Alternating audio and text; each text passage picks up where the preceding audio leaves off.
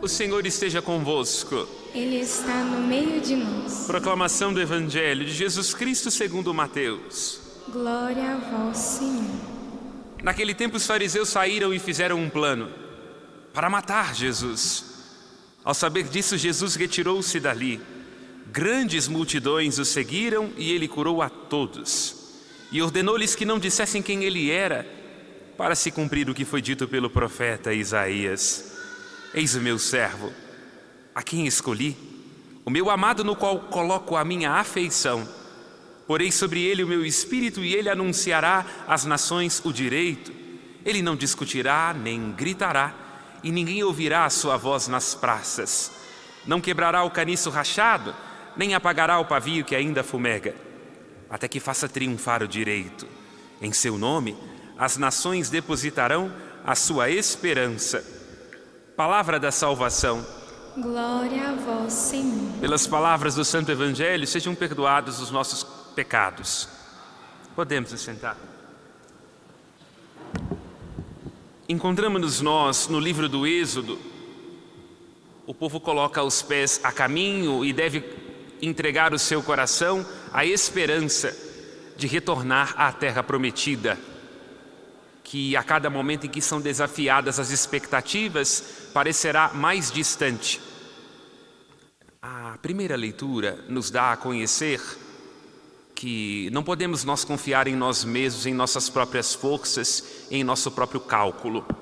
Porque nossas forças e o nosso próprio cálculo nos colocam naquele lugar onde nós nos perdemos dos nossos propósitos e esquecemos o ponto de partida.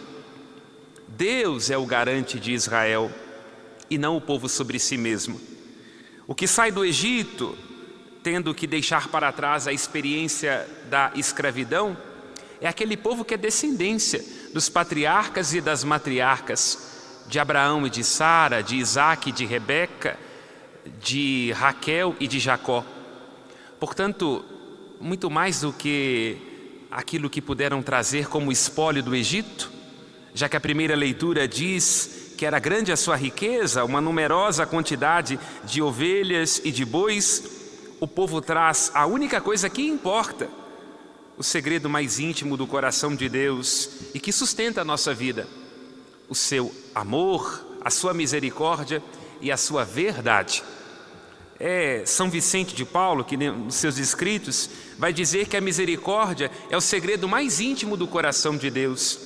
E nós podemos dizer também que a misericórdia é um segredo íntimo que nós vamos aprendendo naquele lugar onde em nossa vida nós percebemos que não há propriamente um caminho, uma rota segura, que o caminho se faz ao caminhar. A misericórdia é o segredo mais íntimo do coração de Deus e é o que Israel vai experimentando pouco a pouco. Não é à toa, despretensioso, que o que ecoa a primeira leitura é este salmo, um salmo de libertação. Demos graças ao Senhor, porque Ele é bom, é tov, é agradável, apreciável, e a sua misericórdia é estável, é eterna, é olã, é emet, é garantida. Será essa a descoberta que o povo deverá fazer ao longo do tempo. Porque os 400 anos de escravidão experimentados numa terra estrangeira trazem as suas marcas. Inclusive, precisamos de misericórdia porque uma das coisas mais fáceis e naturais na nossa existência é nós nos acostumarmos àquilo que não é tão bom assim e reproduzirmos nas nossas relações aquelas escravidões de que nós mesmos somos vítimas. Quem é que já não viu em um determinado relacionamento alguém que traz dentro de si fantasmas e traumas, de tal modo que vai envenenando pouco a pouco seu namoro e seu casamento? Quem é que não viu uma pessoa que, tomada de insegurança nos momentos da infância, nutre um certo narcisismo das pequenas diferenças e basta subir num cargo e torna-se ela mesma o opressor daqueles que ontem eram seus companheiros? Este é o desafio de Deus, mostrar no cansaço do deserto, nas agruras de 40 anos em torno do Monte Sinai, na falta da água e do pão, que Israel não poderia trazer para a terra prometida aqueles vícios da escravidão. E o que Deus tem a oferecer a Israel, para que Israel não seja vítima de si mesmo, a sua misericórdia. E aquilo que Ele oferece como segredo mais íntimo a cada um de nós. A misericórdia é importante, o amor é importante, a graça é importante, porque elas são necessárias, precisamente naquele lugar onde falham os nossos cálculos e o nosso juízo. Porque, como nos lembra o nosso querido Papa Bento XVI, em nossa vida nós às vezes somos desafiados à justiça e à misericórdia, entendida como o amor. Na justiça nós vamos querendo dar ao outro aquilo que é seu. Na misericórdia e no amor nós damos ao outro aquilo que é nosso. E é isso que Israel vai tendo que descobrir, não é? Aquilo que é seu, sua eleição, o afeto de Deus, a grandeza de sua vocação. E descobre isso no deserto, porque o deserto é, na perspectiva bíblica, aquele lugar do parto. Todos nós desafiamos desertos, um pouco pelos nossos quereres, um pouco por conta de nossos avessos, um pouco porque os momentos de dificuldade têm que nos ajudar a dar a luz a nós mesmos, entendem? É isso que Israel experimenta no livro do Êxodo. E nesses momentos em que nós sofremos apertados, sós, abandonados a nós mesmos, em que não conseguimos vislumbrar o sentido do nosso sofrimento, precisamos contar com a misericórdia e com a graça de Deus.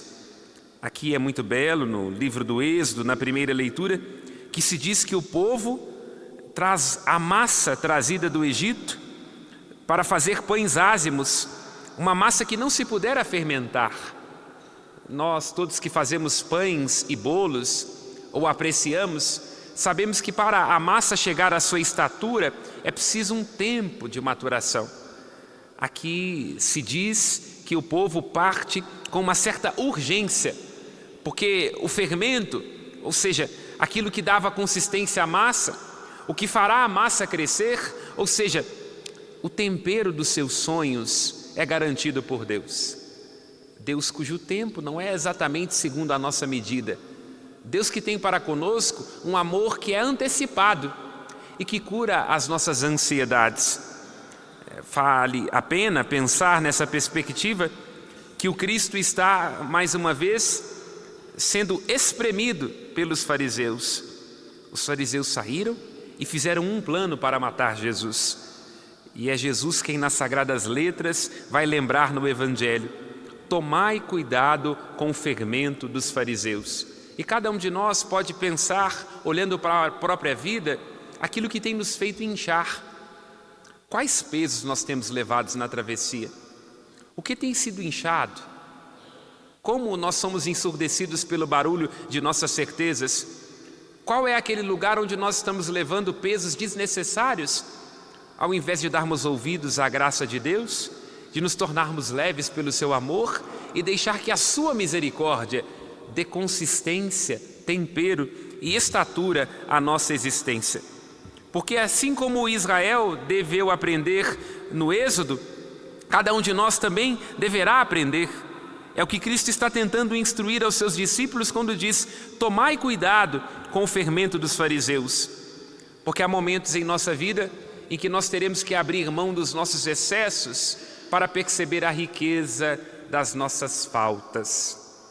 Se no seu casamento se multiplicam as faltas, se na relação com seus filhos se multiplicam as faltas, se nos seus projetos estão amontoando-se as faltas, deixe que a misericórdia de Deus transborde a medida. Porque a nossa medida é muito estreita, o nosso fermento está encroado e nós não somos capazes de fazer crescer a nós mesmos, nem sermos arquitetos por muito tempo dos nossos sonhos. É preciso que Deus nos autorize a sonhar, é preciso que Deus nos preencha, é preciso que Deus nos convide à esperança.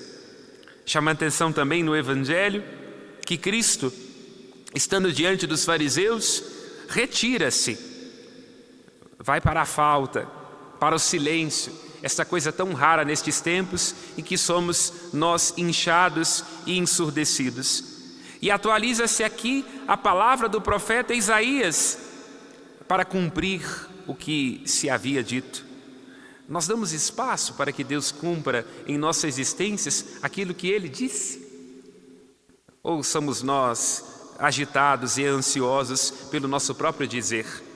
E a palavra do profeta Isaías, cumprida sobre a vida de Jesus, é que o ponto de partida é a graça, a misericórdia. Eis aquele que escolhi, eis o meu amado, no qual deposito a minha afeição. Sobre ele estará o Espírito do Senhor, ele anunciará às nações aquilo que é direito. Não discutirá nem gritará, ninguém ouvirá a sua voz nas praças, nem quebrará o caniço rachado. Que coisa curiosa, não é? Quando nós pertencemos a nós mesmos, deixam de ser pouco importante as circunstâncias que nos cercam, as pessoas que nos afligem, porque ao invés de sermos vítimas do porquê estamos sofrendo, a graça de Deus, a misericórdia de Deus, que é eterna, nos ajuda a perceber para quê. A escravidão de Israel fez o povo singrar o deserto, tornando-se ele fonte do conhecimento e da misericórdia de Deus. Assim o próprio sofrimento do Cristo, na medida em que o Filho do Homem deve sofrer muito, torna-se uma luz para as nações. Olhando você nesta manhã para a sua própria vida, onde está o sagrado avesso? Onde está o deserto? Onde está a dificuldade que Deus tem te permitido experimentar para que você possa, não se deixando perder no porquê, encontrar o para quê? Porque este para quê significa perceber que quando nós estamos unidos no Cristo, ficarmos perdidos no deserto ou presos no túmulo é uma questão de escolha.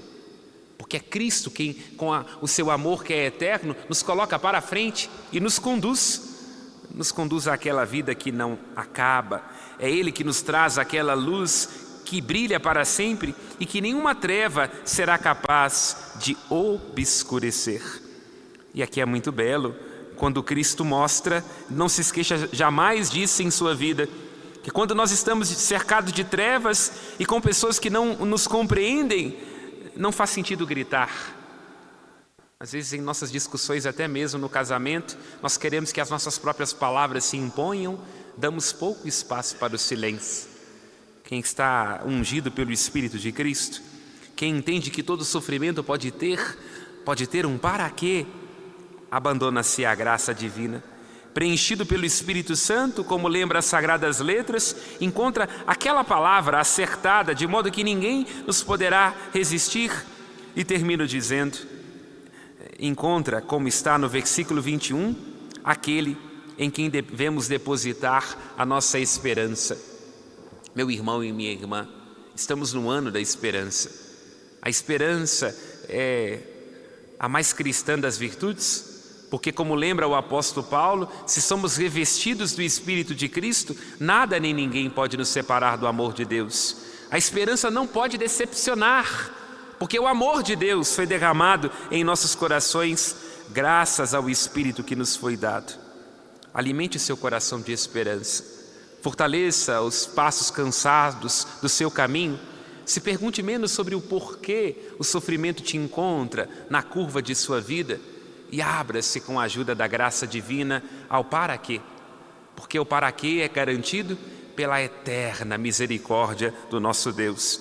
Depositemos nele a nossa esperança, tenhamos os nossos olhos fixos àquela que é espés nossa esperança. Nós assim cantamos no Salve Rainha, para que em meio às trevas e às sombras em que nós nos encontramos, nos desertos de nossa vida, tenhamos Maria como exemplo. Ela é a Maristela, a estrela que brilha e que avigora os corações cansados e perdidos dos navegantes. Porque assim como a Virgem Maria, reconhecendo nossa pequenez, nossa humildade, o nosso cansaço, nos resta não reclamar, não lamuriar, não todos os dias poetizar humilhados e ofendidos, mas como ela no Magnificat, cantar que em nossa pequenez, em nossos desencontros, eterna é a sua misericórdia. Que nossa alma, nessa manhã, glorifique o Senhor. Eterna é a sua misericórdia. O Senhor é misericórdia e pode realizar em nossas vidas, como na vida da Virgem Maria, maravilhas. Louvado seja nosso Senhor Jesus Cristo, para sempre seja louvado. Elevemos aos céus as nossas preces.